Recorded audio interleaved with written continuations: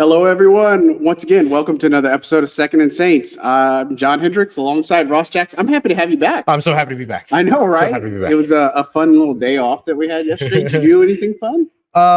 Just sleep count, because that's what I did a lot of. I did a lot of sleeping. Hey, there's nothing wrong with that. So I got to do a kind of like the LA scene. Good. Had the family in town, all that fun Yeah. stuff. So we did the Hollywood, Santa Monica Pier, all that fun stuff. Good stuff. Just enjoying SoCal. So definitely a fun little day. And now day 8, the Saints training camp's in the book. We're back at it. A lot more action. Today felt like one of the better days. More balanced day, I guess I would say. It obviously wasn't without blemish, but I'm trying to think where we should probably begin. But I guess let's start with some transactional stuff, right? Yeah. Bringing back Marquez Callaway, right? And you had Tommy Hudson get waived, injured, reverted back to IR today. And then as far as other moves, they brought in Samson Nacua, not Puka Nacua, but Samson Nacua and stuff. And so the wide receivers are kind of nicked up, as Dennis Allen said. Yeah. But, we're going to have some of this number by attrition stuff. Nathan Peterman's gone. He got cut. But, another receiver got hurt today. Yep. Jermaine Jackson left practice. Looks like he pulled up on a kick return. It looked like it was his hamstring. Again, I'm no doctor, but if I do 1 and 1, I get 2 usually, right? But it looked like another injury for the Saints. They didn't make it out without an injury. But, what was your overall take on that and maybe some of these moves? Yeah, I think the moves are interesting. It's funny. A lot of us were talking about, like, all right, they went and got Puka Nakua's brother. They went and got Amon-Ra St. Brown's brother. And it's funny because they effectively brought in Samson Nacua to replace Equanimeous St. Brown, because they're kind of the same type of player, same prototype. I mean, big bodied, 6'3" plus, 200 plus pound wideouts that could be good blockers and things like that. I actually thought Samson looked pretty good today. Like, he was fun to watch, especially during one-on-ones, but it was kind of all that we really got to see of him. So I'm curious to see more of him, but I think that it all comes down to the injuries and everything. But I'll tell you what I really liked, or what not what I really liked, but the thing that spoke loudest to me amongst all the transactions here recently was the terminating of Nate Peterman's contract. Nathan Peterman, the quarterback, because they had to terminate a guy in order to get a guy back, in order to add. So it was kind of the corresponding move to Nacua being signed. And I thought that signing just shows a lot of, I think, comfort. Yeah. That the Saints have in Jake Haener and Spencer Rattler, or Jake Haener, if you prefer to say it that way. It's those fighting words. To me, this was kind of the vote of confidence for their young guys that said, okay, we don't have to have the veteran in the building anymore. We feel really good about where Spencer Rattler and Jake Haener and Spencer Rattler are, and feel good about moving ahead. And I think it paid off today, because I thought both those guys had strong days. And I thought that both of them had strong days because they got in the rhythm. Because there wasn't like Nathan Peterman jumping in and taking like a pair of snaps, away from somebody. And instead, you really got to see everybody kind of catch a rhythm. And I thought that was good, because they needed it. They needed to catch that rhythm late, because they kind of got punched in the mouth a little early. Yeah, encouraging sign, right? Yeah, I think that's the biggest thing. And we were wondering, we talked about it the other day that, the QB2 battle maybe hasn't been as good as we thought it was going to be. And then naturally, look what happens. They probably listen to our show and like, I'll show you a thing or two. Yeah, and they had like one of their best days, and it was both of them. Jake Haener looked sharp. Yeah. He threw for 2 touchdown passes. He also had that scramble for 1. Spencer Rattler throws a good touchdown. They both had touchdown passes in one-on-one, so it was a really good day from both of them. And it's an encouraging sign. I mean, they brought in Peterman to help with the playbook. He was Derek Carr's backup in Las Vegas a little bit. He's obviously been on a lot of teams. He's got the familiarity with Andrew Janocko and such, but a good nod to both of these guys, right? I think that's the biggest thing. And so look, maybe now we've got more of a QB2 battle. I think today was the best example of the quarterback 2 battle that we've seen all camp. And I mean, we're 8 days into this whole thing, but, and this is 4th padded practice, if you will. And so it was good to see both quarterbacks respond. Now, I think people are obviously going to jump the gun and be like, all right, both of them going to come for Derek Carr's job, which is not happening. Right. And of course, if he gets hurt, that's another thing. But, this sets up really an interesting preseason now too, because 100%. You're going to see probably each quarterback maybe get a whole game or at least get an entire half. They don't have to split those reps between anybody else. So I'm really fascinated to see how they divvy this up against Arizona, when we get to that point, which is August 10th. I remember the date today. There you go.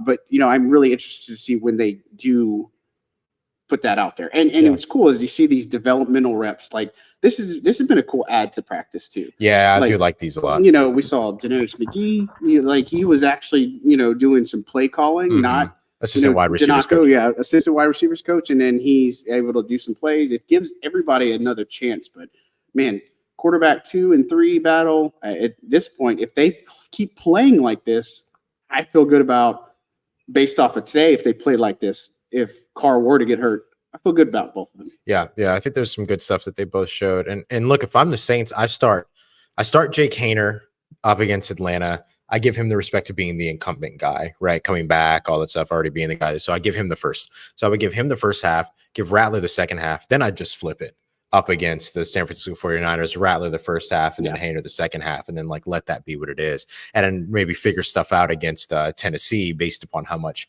DC wants to play and all that. But yeah, I think those guys are in for now a much more productive offseason now moving forward, because they'll be able to get in rhythm. They'll get those extra developmental snaps. There's just a lot more of that stuff going on. And I want to make sure that I really highlight what you said, because I think you're one of the few people, or maybe the only person that really even caught that Denarius McGee was calling plays today.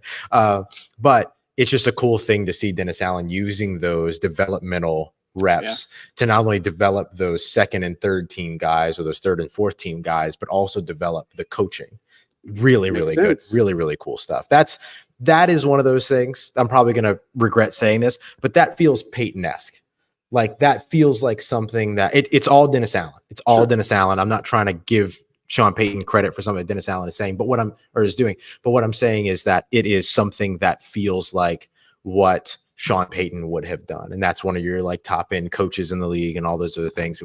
I just think it's a smart choice from Dennis Allen, who's not one of the top end coaches in the league, to have that kind of wherewithal to support the development of his coaching staff. I just think that's a class move. That's awesome. I think so. And we've seen the Saints kind of put some of these coaches into positions, right? Like Senior Bowl has gotten more assistants involved. They've put players through the development meeting that they have, sometimes some of the other coaches that they do. And so, again, I've seen it more than a few times. And so I think that is good. And of course, we don't rank Sean Payton and Dennis Allen even in the same category right now. But, again, one of the things you're just talking about with DA is just, I'm not going to sit here and tell you that he's a different coach, right? You know what I'm saying? But I do see semblances like today, we traded back, you with the offense, I was defense. They were just doing something simple like walk through sevens, right, with the defense. And, it's interesting because the defense has to know the route just as good as the offense. Like the defensive players that are simulating offense have to know the routes just as good as the defense. Yeah. And so they weren't running it the way they should, and just a little walkthrough. And DA got a little bit mad at it and stuff. And so I don't know. I would like to see more accountability, more fire under him. I liked how he did call out Kendre Miller early. You know what I'm saying? And so I'm not going to sit here and tell you, A.T. Perry, which he had a really good responding day today, which is good to see. But, as a coach with a team and a track record like that, you've got to do something different to avoid having another almost finish with man, we could have just done this better and all this other stuff. You got to do something different, right? And so, but it's good to see him develop not only players but coaches, because I think that's what they talk about it a lot. But they're also one of the few teams I feel like that actually do it too. Yeah, we've seen it a lot too. So it was a really good thing to see today. But yeah, man, I really enjoyed watching the quarterbacks. I thought Derek Carr had a nice day today too. Yeah, he had his very first pass got batted down at the line of scrimmage by Colin Saunders. And I think it was the very next play. It was two players meeting in the backfield for a sack. And I went, oh, Lord, here we go again. Yeah. It was Wednesday all over again. Yeah, it looked like the defense was just going to roll over them again. Yeah, but then the offense really punched back today. I thought Derek Carr punched back today. I thought there was some really innovative stuff in the play calling.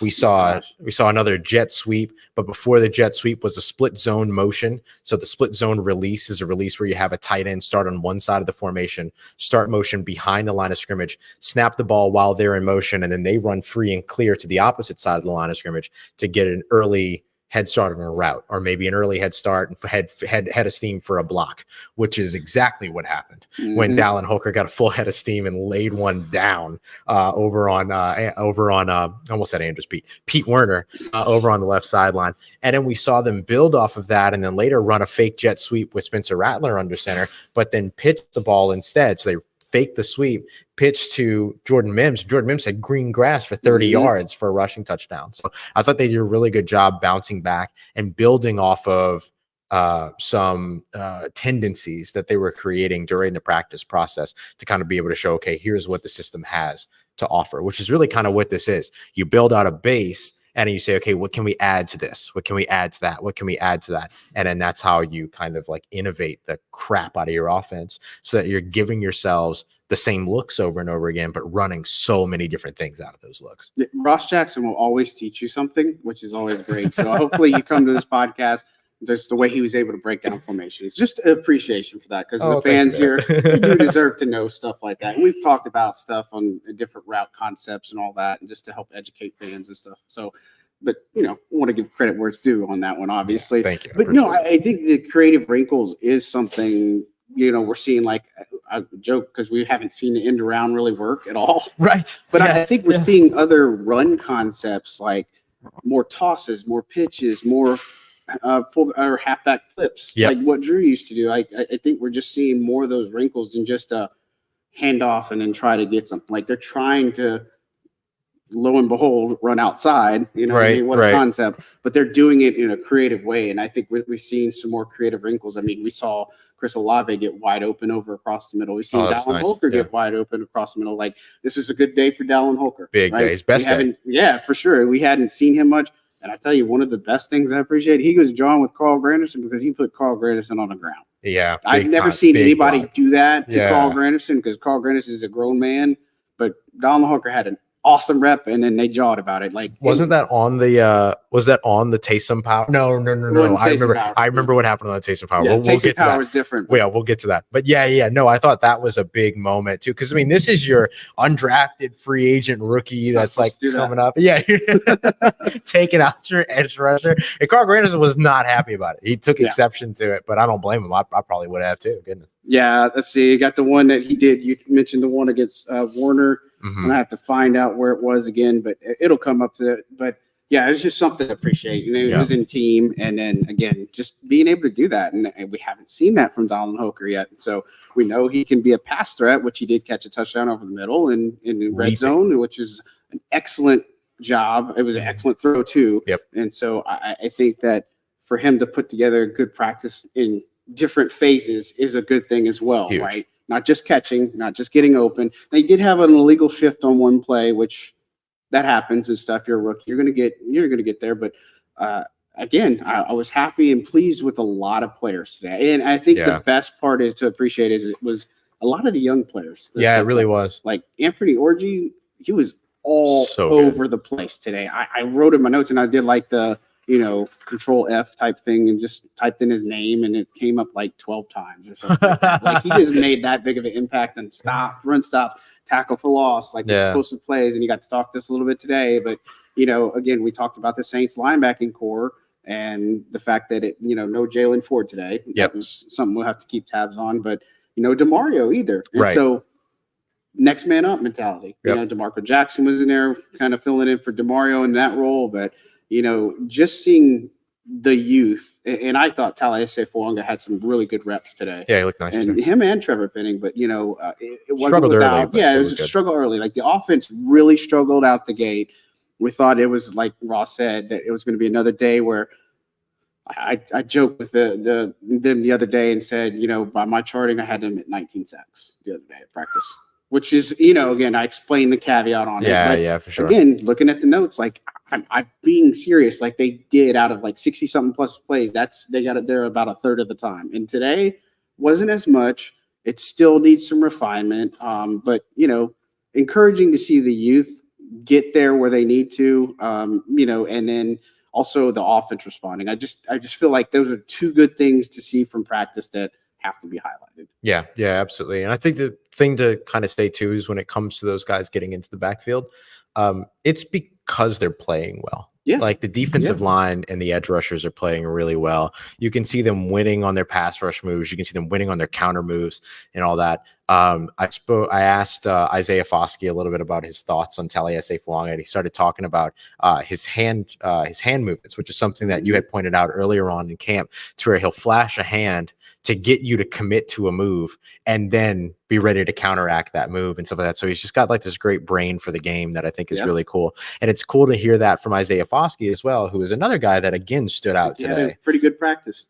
Foskey, stringing them together. Yeah, Foskey and Turner have been consistent, which has been really nice. I think that's the big thing everybody wants from them is consistency, as well as health, right? That's obviously got to be the biggest thing, which I think on the Isaiah Foskey side of that, I think it's been a little premature, like saying things about Isaiah Foskey's health stuff all last year. His just first couldn't get right. Season and everything. And so, but he's like in a completely different place mentally. Alontae Taylor talked about being in a completely different place mentally. Trevor Penning talked about being in a completely different place mentally. Like everybody's kind of come in with a real understanding of where they are versus where they want to be. Even Chris Olave mentally different, according to Alontae Taylor, and some of the things that John and I have heard back that up too. And so it's just a really nice thing to see these guys all kind of showing up here and watching them get better and better and better every day. I thought Olave had another strong day. Yep.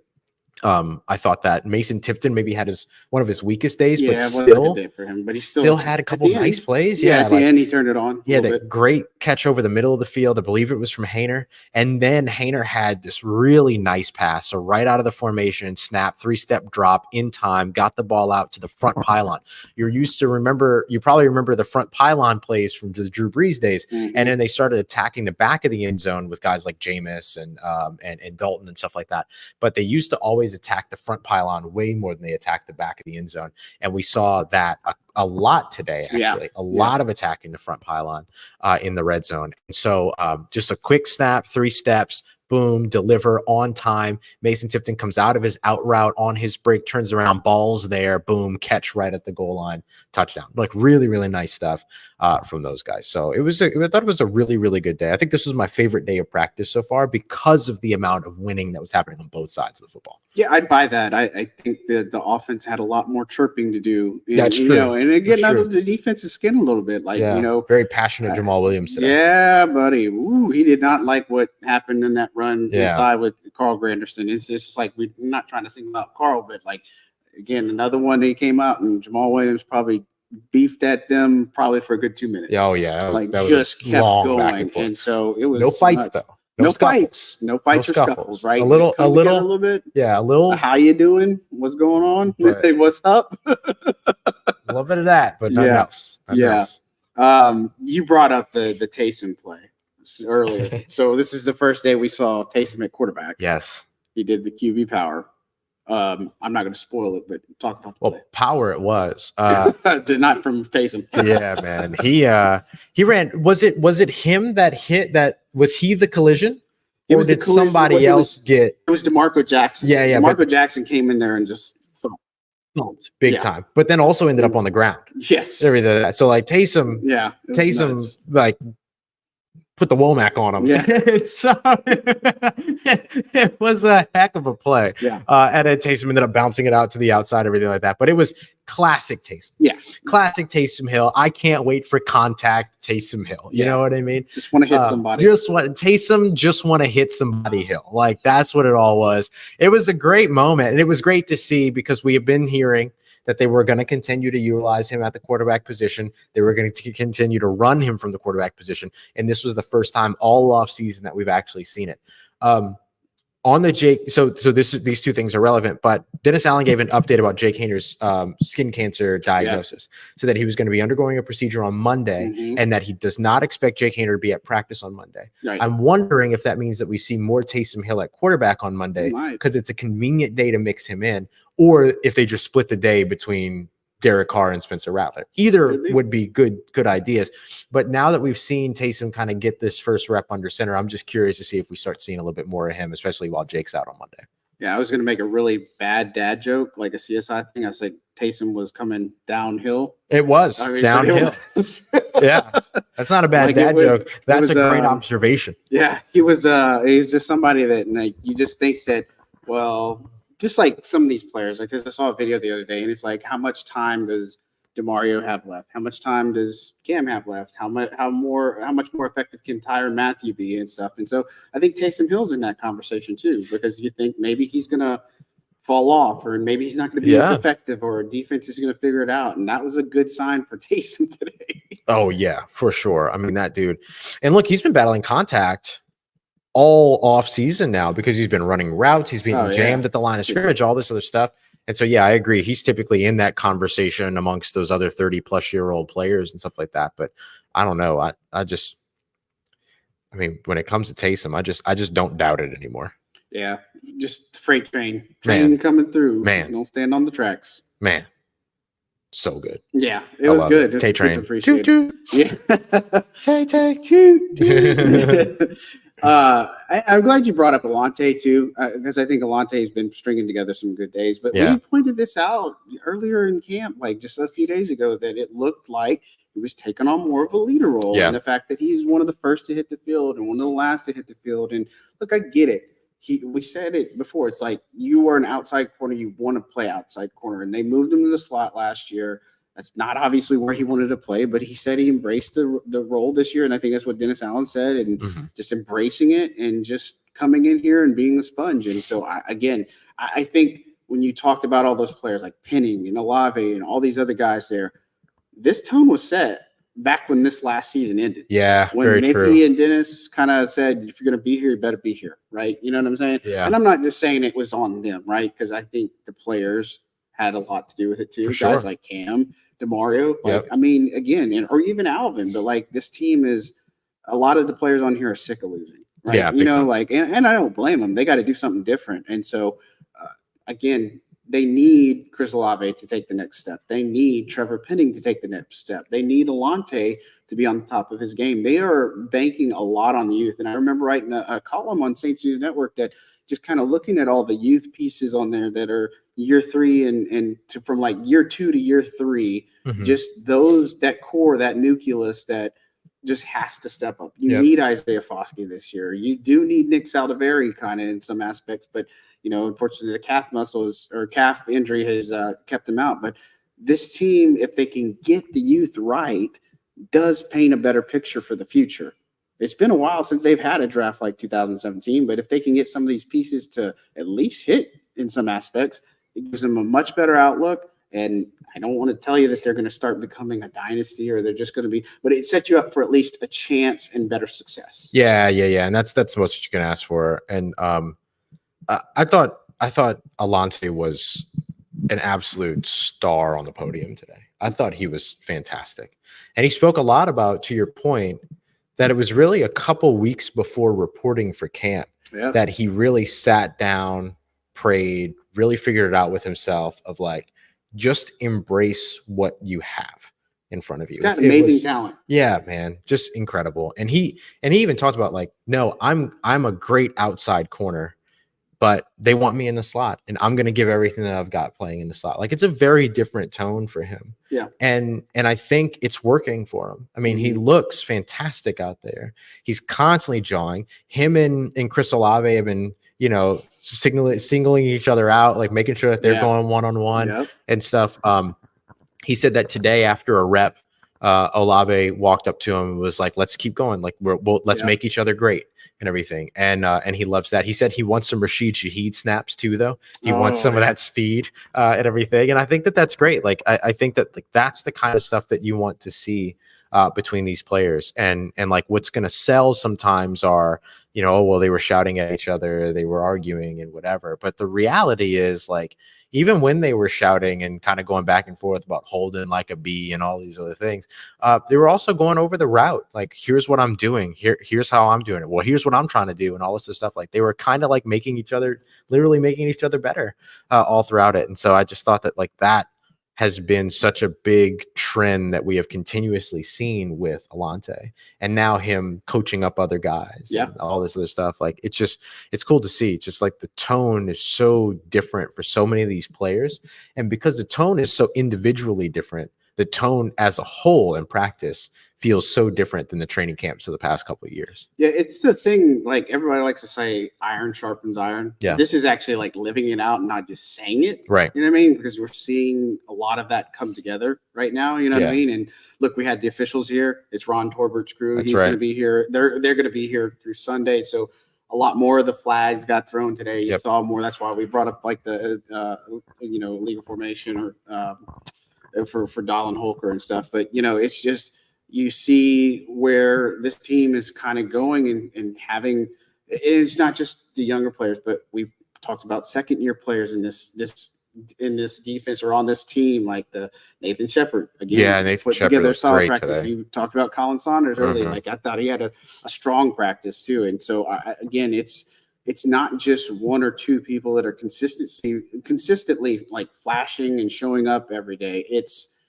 just about everybody, right? Yeah. And I think that's the encouraging thing. And right now the injury bug has been a real thing, like the hamstring, the soft tissue injuries, all these other things. And so hopefully they can get to a point where now the health doesn't like hinder them. You know what I mean? Because that's the concern is no Demario, it hurts, right? Like you miss him out on the field, but I thought the energy still was there for the defense for a while. You know what I mean? But I tell you, maybe if he was back on the field, maybe they wouldn't have had as much success in the back half. But still, we saw excellent linebacker play. I mean, it was Orji, it was DeMarco Jackson, Blake Hudson laying some hits down and stuff. It was just a little bit of everything. I mean, it was they're pretty deep at this linebacking group. Monty Rice was also had a nice got to talk day. about him too. We got a Michael Hodges PD today. Yeah, Pete Werner had a really nice play. I mean, like it's been that unit for me has been the most improved. I think it's been the most improved unit for me so far.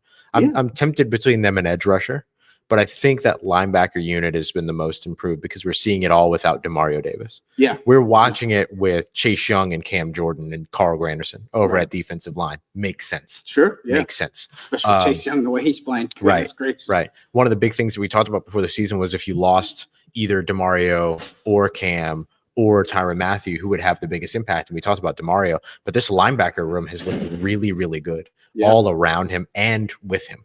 And so I'm really surprised, pleasantly, but not shocked because we know how good a coach Michael Hodges is. But my goodness, man, it has been.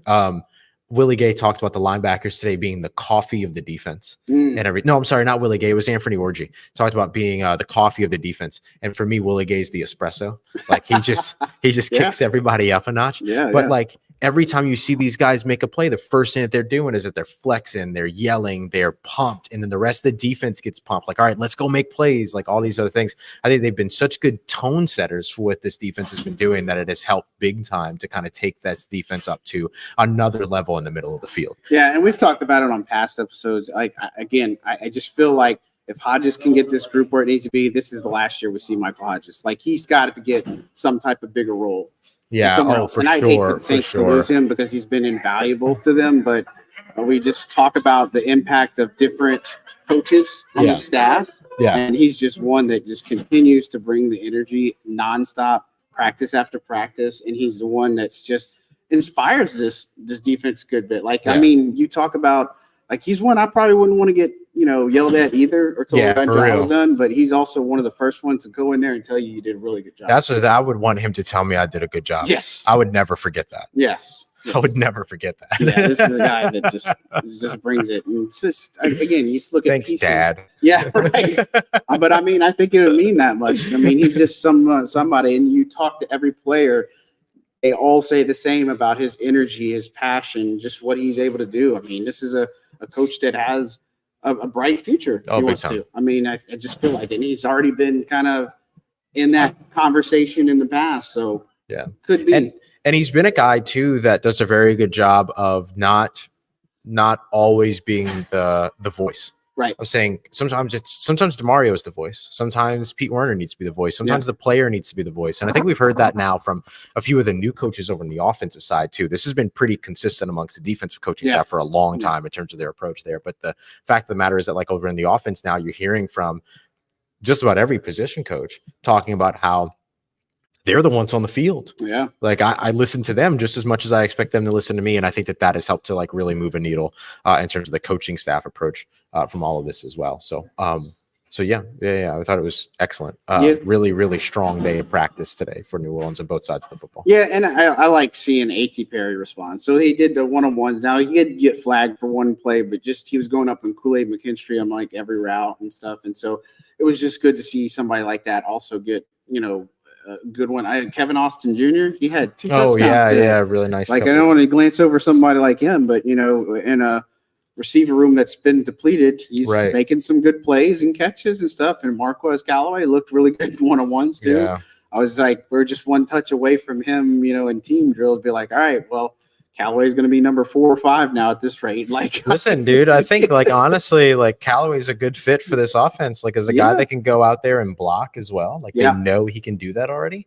Like being able to add him to a wide zone scheme makes perfect sense. Yeah, I agree. And I mean, again, now it's on guys like Equinemi St. Brown and Cedric Wilson. They got to get back. They got to get back in this lineup. Now, I'm not saying rush him, but just even like a Kendre Miller, like he's got to get back. He's got to get back. He's got to get back in the lineup because Jordan Mims is just running away, like literally running away. Like he's having some sharp ones. I thought Alvin Kamara had a really solid. Oh back. yeah, he had that really run where he just it was like a 38-yard run. Nobody's catching him. That would have been a touchdown in my books. He's still so smooth. Yeah, still so smooth. Great. Yeah, still looks good. But for Jordan Mims again. If I'm Kendre Miller, I'm a little bit worried, I guess, in some aspects. Like, I know the hamstrings are a problem, but, this is somebody early on that's gotten a hamstring. He's been kind of around the process, but we don't see him doing rehab, which, by the way, good news on, Brian Brzee. He returned to practice. He didn't do like individual or team or anything, but he was back out there, stretch walkthroughs. That's good to see. Shane Lemieux was also back, too. He was working off the side. He had his helmet. But Juwan Johnson is – building up more. He's jogging more. He's running some more routes after practice. The Saints could get a real good shot in the arm if he gets back in here in the next couple of weeks. And it tracks probably with what we heard about, like that 6 to 8 week time frame. But just Jordan Mims doing some good things with Kendre Miller. Like, does he need to worry about the spot right now, or is it something where we're going to see how it plays out? I think he's going to have a roster spot no matter what. Like, I think that this team hasn't really shown that they're willing to be this impatient with draft picks. They're typically very patient, sometimes to a fault, sometimes too patient with draft picks. Yeah. But I think this would be within the bounds of reason. Second year, all this stuff. So I think he's got a spot. But look, I don't think that it's out of the question for New Orleans to hold on to Jordan Mims on an active roster and say he's ahead of Kendre Miller until Kendre Miller's conditioning gets where they want it, until his acclimation is where they want it, all that other stuff. I'm not going to say that Kendre Miller's not going to make the roster. I think he will ultimately, but I'm not sure he's going to be the only running back behind Alvin Kamara and Jamaal Williams. Yeah. No, and we've talked about that before, that, from a numbers perspective, especially with what Jordan Mims is able to do in all areas of the game. Help out in special teams work. Yeah. He can return kicks, all this other stuff. And look, I think this offense can be strong with Kendre Miller, but at this point, we also talked about now that you're not in this, you're kind of behind in this offense too. Yeah. And I don't think it's like super complex and complicated compared to past offenses, but at the same time, you need to be able to show some things. And if he can't be at least ready for the first preseason game, then we're really going to see what Jordan Mims is made of, right? Mm-hmm. And I think that's one of those things where it's like, okay, he has an opportunity here, at least without Kendre Miller there, that, he could say, okay, now this guy is legitimately a threat to make the roster. Yeah. You know what I mean? And so it'll play out, but it is something, this offensive line is another area that we look at. Today was the first time we saw Oli Udoh taking like first team left guard snaps kind of.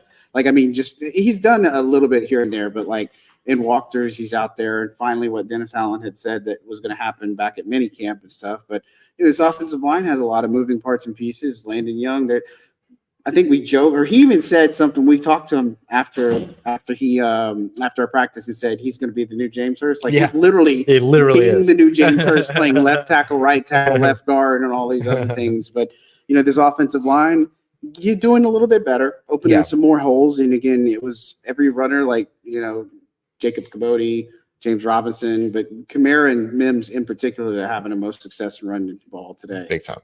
Yeah. I feel like there's a big gap between Kamara and the rest, but I feel like Mims has been really fun to watch. Yeah, the offensive line today was interesting. We've seen it, this was the first time that we really saw Udo move into left guard snaps without conditions. Like he was in there yesterday, or he was in there. Wednesday, when Eric McCoy was getting a vet rest day, they had Lucas Patrick taking snaps at center, so Udo was in at left guard. So it was like kind of a weird, like throwing everything together of the offensive line in that case. But this is that's where it's going. Yeah, that's right. But I think this was really the first time that we saw it to where it was like, okay, let's take Lucas Patrick out and put Ali Udo in, and then they eventually put Lucas Patrick back in. I think Udo, really good swing tackle. I haven't liked what I've seen so far on the interior from him. Yeah. And that echoes some of the concerns that I heard from folks over in Minnesota that cover the Vikings in talking about, like, he's a fine tackle. It's just they played him out of position on the inside in Minnesota. And then so now seeing him on the inside, I'm actually at this point kind of like, no, keep him at right tackle, because he's actually performed pretty well there, along with backing up Trevor Penning, along with Landon Young, and being able to move Landon Young around and all that. So I'm curious to see if they continue to put him on the inside, and then if so, if he develops there, because obviously that would move the needle for him quite a bit to be able to play those multiple positions. Yeah, and I think the Saints are going to continue to cross train him. I think that's another thing too, is it's like you need all these other plans in place, right? You just don't have anything settling. And he was playing right tackle. Cam got him on one rep, and Udo got called for holding too, and Cam was like, per usual, man, he was stuff. talking. It was like, oh man, they were just drawing some stuff today, and so.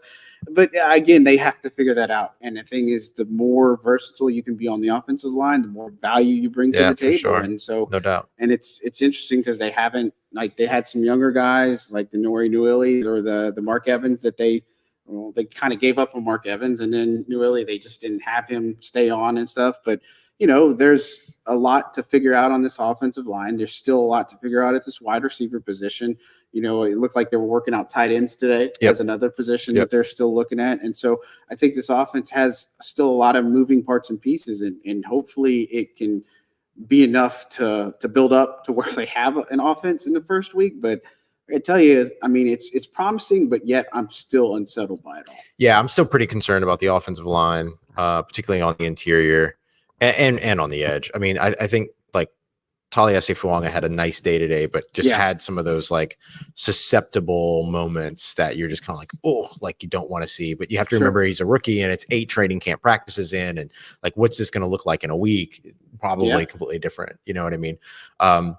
Penning had a couple of nice moments. He's really great in those play action reps. Yes. Because he gets to charge forward. You got to sell the run game, right? So typically whenever you drop back for a pass or you call a passing play, you'll see offensive linemen drop back into passing sets. But when they run the ball, they attack. They either fire to their gap or they fire into like the player that they're if it's man scheme, then they go straight to the player that they're blocking. In play action, you have to sell that it's a run play. So you're going to, as an offensive line, lunge forward. You're going to shoot to the gap. You're going to shoot to that offensive or that defensive lineman.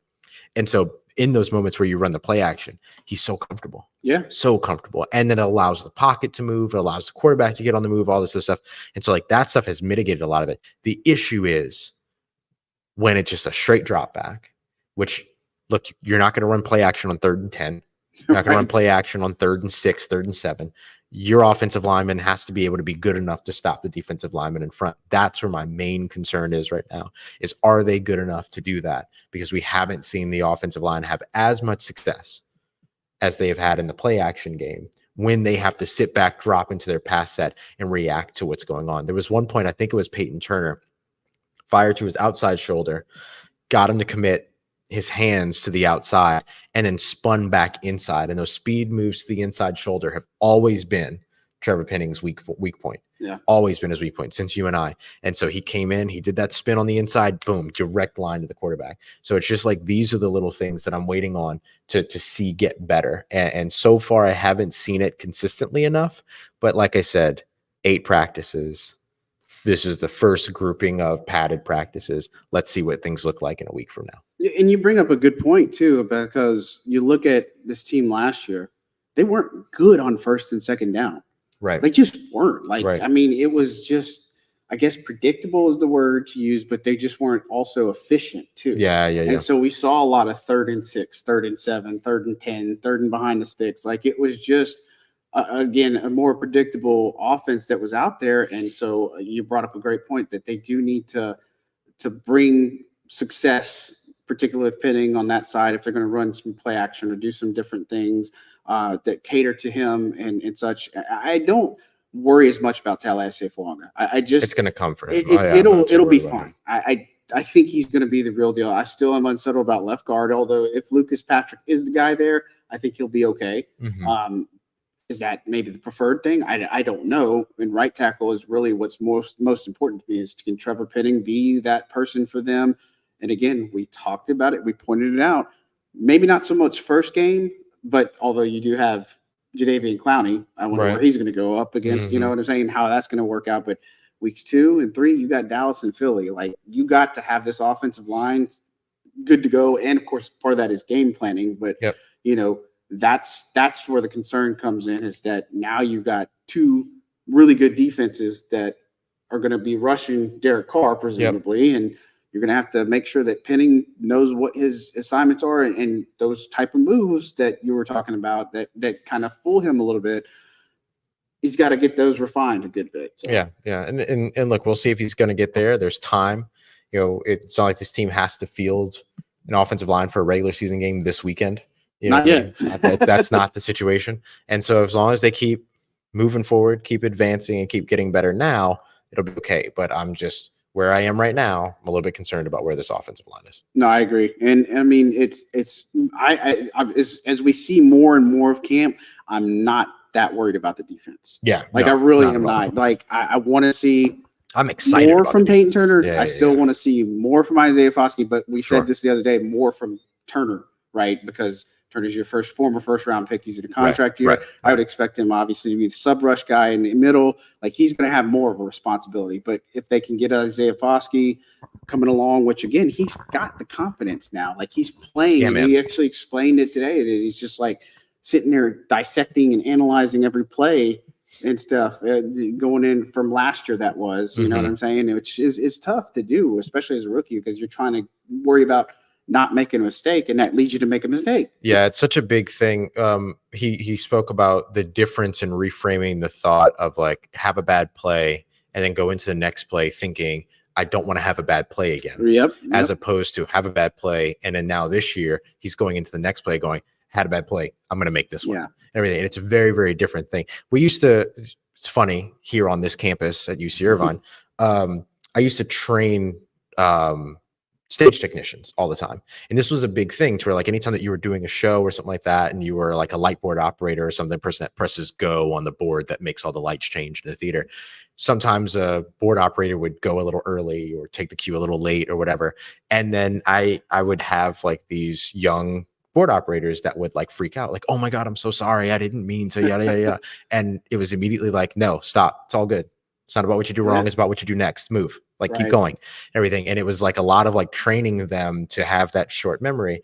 And that is such the case with football, such the case with basketball, with life as a whole, of boy, if you have a mistake and all you think about is, I don't want to make that mistake again, you probably won't make that mistake again, but you'll make another one. Sure. Because you're not paying attention to what you need to be doing right. You're just trying not to do something wrong. And it's just going to lead you to doing something else wrong. You're going to be really successful in not doing the same thing wrong twice. You're going to be very unsuccessful otherwise, period. Everything. And so it's really cool, to hear Isaiah Foskey kind of talking about how his reframe, his framework now is, I didn't make that play. That's fine. I'm going to go make this one. And he's been doing it here big time. Yeah. And for somebody in theater, the show must go on. Show must go on. That's right. Yeah. 100%. He's, again, one of the many players we're going to be so excited to see in preseason just to see. But, again, it's this team position-wise, well on the defensive side, I've really liked what I've seen from Kool-Aid McKinstry. Like, I just feel like they're deep, and they're doing this without Marshawn Lattimore, which is still a big piece. And then, again, being able to have success without Demario. And so I look forward to continue, but most all of my questions, like they were when we previewed training camp, were on the offensive side of the ball. Yeah. And so they got to find out and figure out, like, now the big thing for me is they had this pretty good day. Can they do it again tomorrow? Build on it. Can they do it again on Saturday? Can they do it again on Sunday? It was good, but now, like this team, week to week last year, you were good this one week.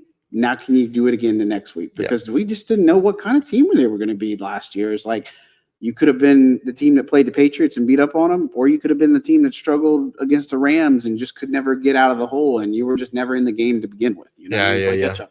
Yeah. So special teams, got to talk about that. Obviously, Absolutely. Another Matt Hayball and Charlie Smyth day. And, of course, if you guys have some questions, please drop them in the chat. But Charlie Smyth missed a couple today, one that was from 59, and then the other one was extra point. Yeah. So a little bit more I mean, he has some velocity on his kicks. Like, he can do it. But not as good of a showing today for him. The long ones I understand. I mean, but he has the leg for it. And the operation is a little bit interesting because you had Matt Hayball doing one half, and then Lou Headley holding for the second half. But Matt Hayball, man, I talked about this one day. I don't remember exactly when, but his kicks are just insane. Like, he has these spiral kicks when he's going for the distance way back in his own territory, and then he'll change it once he gets into like positive territory to these like helicopter over end punts. Just look something crazy. It's so harder to field in. So,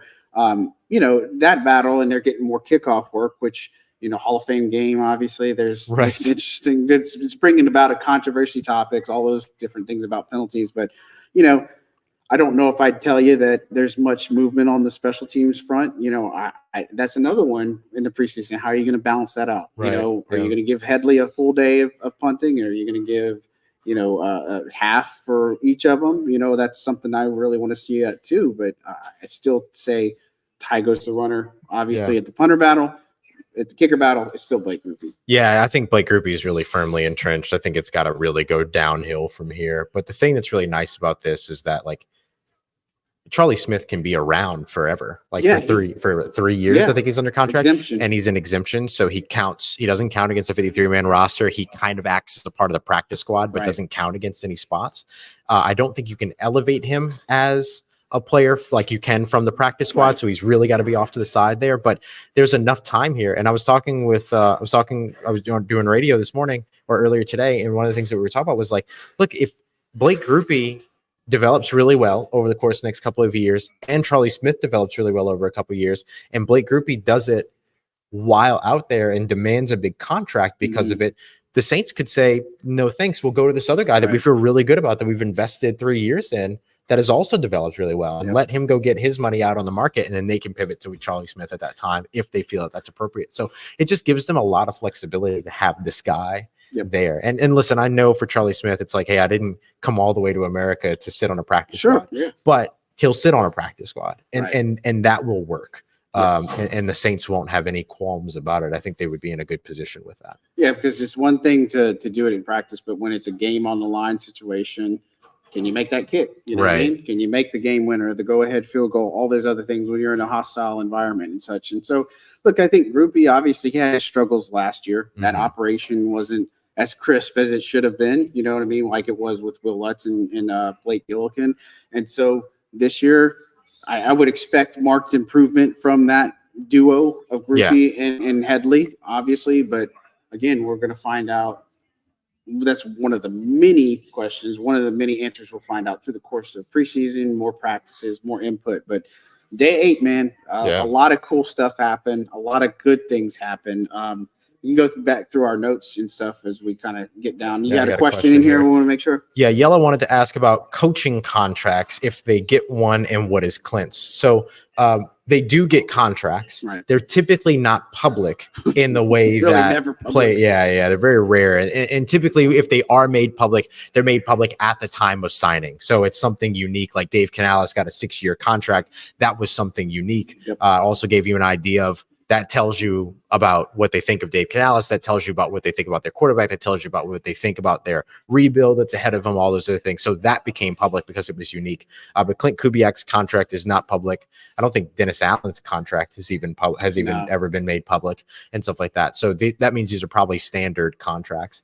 And so, yes, they have them. But they're not super ironclad. Like when somebody gets hired away, they get hired away. That's it, because it's a promotion, and so that's it.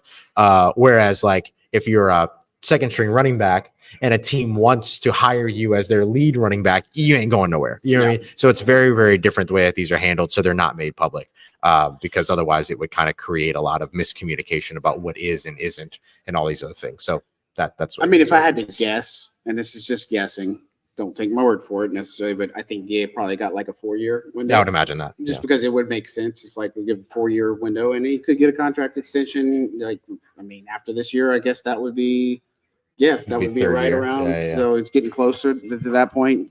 But again, these contracts, they're not always public knowledge. You know what I mean? It's especially because of the fluidity of the NFL and all this other stuff. Yeah. So it's not as much of a thing. So another one. Rose City wants to know if Traquan Smith is going to come back now that they brought back Marquez.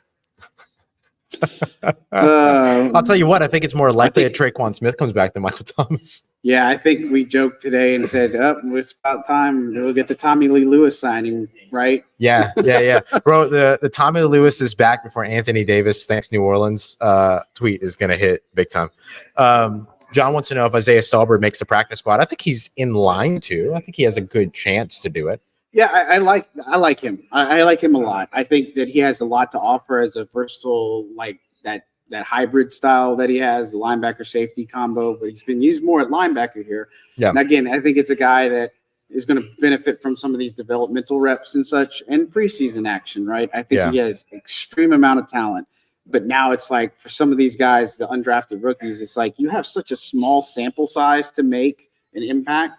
And so it's like, for instance, a guy like Rico Payton, maybe not having the greatest camp, obviously, but he's going to have more preseason reps. And if he doesn't make it, he doesn't hang on the practice squad. It doesn't mean it's the end, but something like the UFL might do him really well, or the PFL might help him out a little bit more too. And so, look, I like Stalbird. Like he's a great dude. Like his interview was, if you go back and watch it, like he had his kid come on and stuff. Like he's a guy that you just kind of get behind. For sure, right? But they're going to have their opportunity. But again, you look at that linebacker room; it's crowded. Like an Anfernee Orji, the way he's playing, it's kind of hard to put a guy like Stalbird ahead of him, especially if you're talking about Orji not making the roster. He might be priority practice squad, right? Yep. And it depends on how many positions they keep, obviously, on that one. But he has a good outlook. He just has to show more. And of course, I think we're getting like 22 practices. So this is 8 of 22, including the preseason games. There's so much more football left and so much more ahead of us.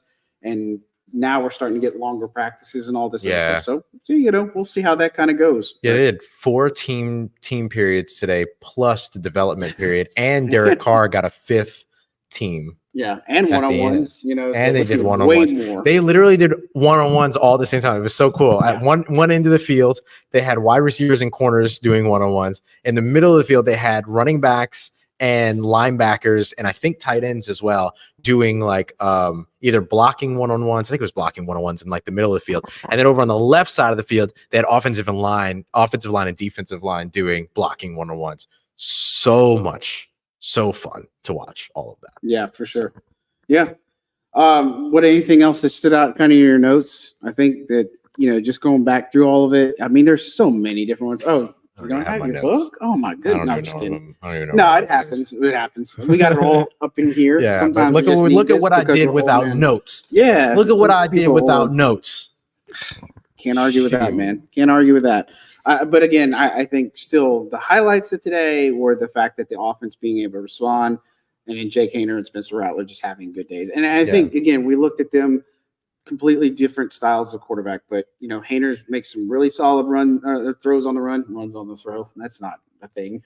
Throws on the run, right? But I liked some of the reps, and we talked. You pointed out too, like his ability to navigate the pocket. Yeah, it was really nice. Just poise is what comes to mind for him. You know what I mean? And so I like seeing that from Rattler. And again, so many people are making so big a deal about this, and I think from a long-term perspective, it just depends, because we've talked about it. I think Derek Carr is going to probably be the quarterback next year, right? Like Dennis Allen is going to be the coach next year. 2025. Yeah. And again, so after that, I don't know. We'll see. Oh, I think there's a whole other quarterback in the conversation. Maybe so. There's a whole other quarterback. To the Saints, I mean, they're a team that wants to find the free agent to be able to lead their team. I don't know they're going to embrace the young guy to come in and take over. I just don't know. That's where the new coaching staff, I think, has an opportunity to prove something to the organization about how they could change their thing. But will they? Yeah. You know what I mean? Will they? It's like saying if Clint Kubiak would be the coach, you know,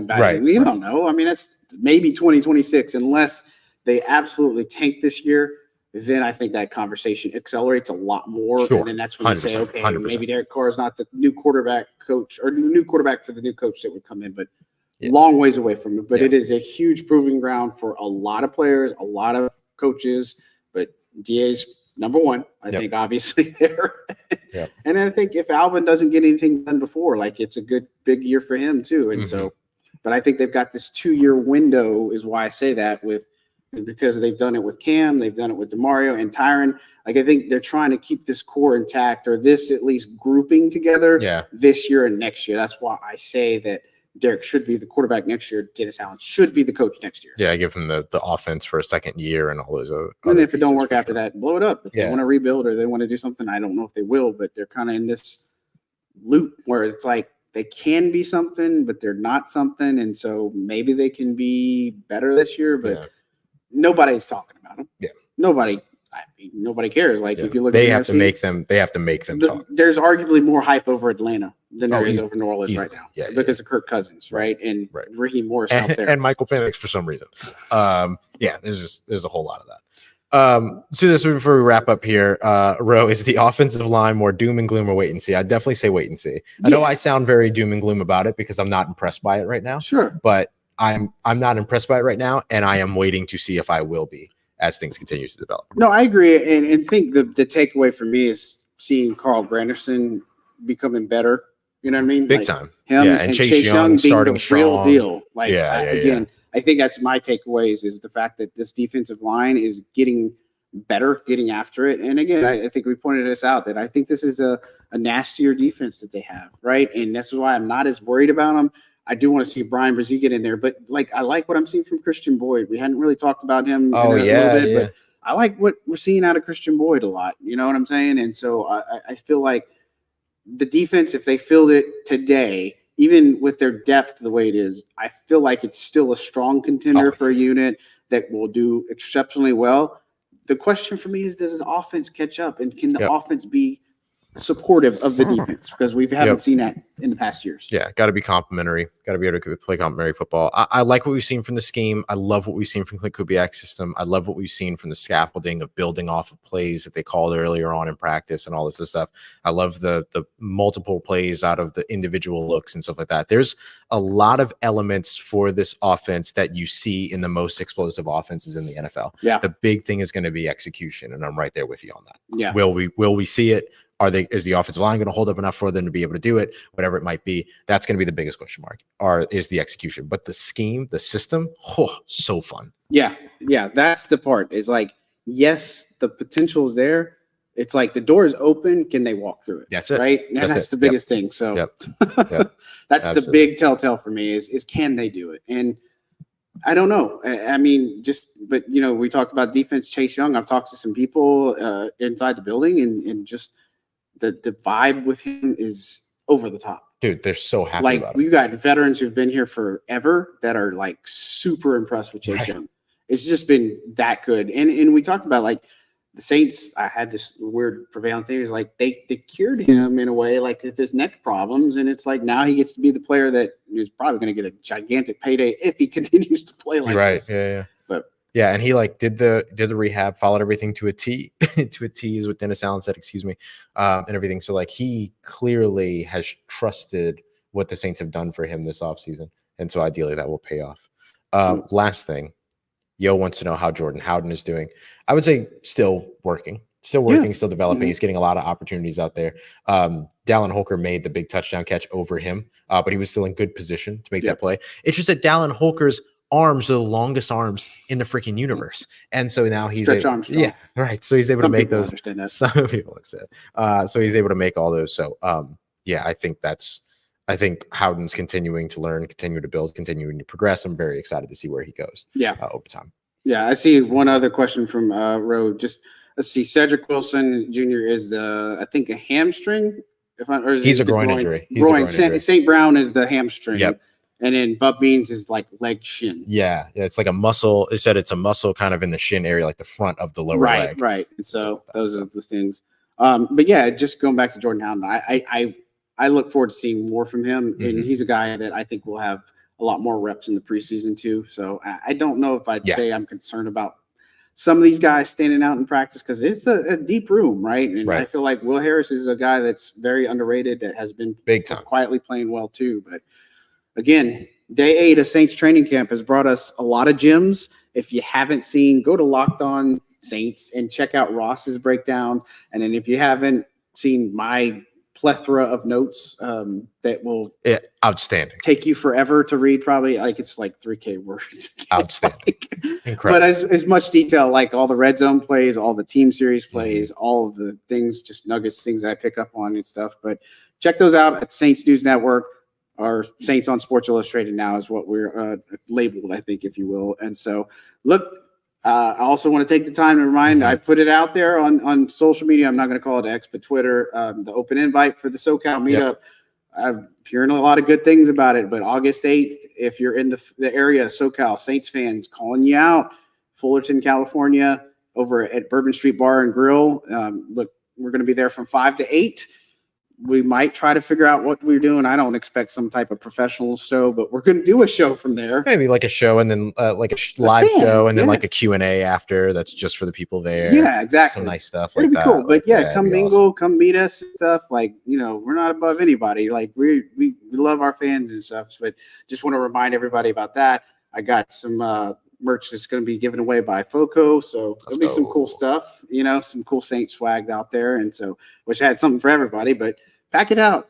Show Saints fans that there are, or show the Saints that there are a bunch of fans out here in SoCal. That's my biggest message to you. So hopefully see you there. But that is going to do it for day 8 for us. And we'll be back obviously on Saturday and Sunday for more practice breakdowns. You can follow all of our information on the podcast world. Don't forget to like, subscribe, check the description. We put all the chapters in there if you want to go back on past episodes and see what our take are on some of the other topics and stuff. But on behalf of Ross Jackson, I'm John Hendricks. That's going to do it for today's episode of Second and Saints. Y'all stay good, people.